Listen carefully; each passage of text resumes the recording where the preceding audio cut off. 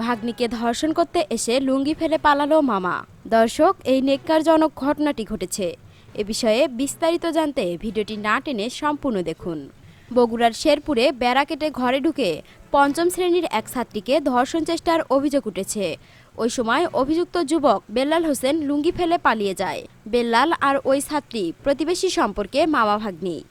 মঙ্গলবার রাতে শেরপুর উপজেলার ভবানীপুর ইউপির শাহজাহাপুর গ্রামে এ ঘটনা ঘটে।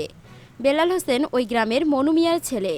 মঙ্গলবার রাতে ওই ছাত্রীর বাবা মা বাড়িতে না থাকার সুযোগে বেল্লাল হোসেন ঘরের বেড়া কেটে ঘরে প্রবেশ করে। এরপর ওই ছাত্রীকে ধর্ষণের চেষ্টা করে, কিন্তু ঘরে থাকা ছাত্রীর ছোট দুই ভাই বেল্লালের লুঙ্গি টেনে ধরে চিৎকার শুরু করেন।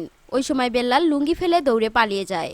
স্থানীয় ইউপি চেয়ারম্যান আবুল কালাম বলেন, ঘটনা শুনেছি, ভুক্তভোগী পরিবারকে থানায় অভিযোগ করতে বলা হয়েছে।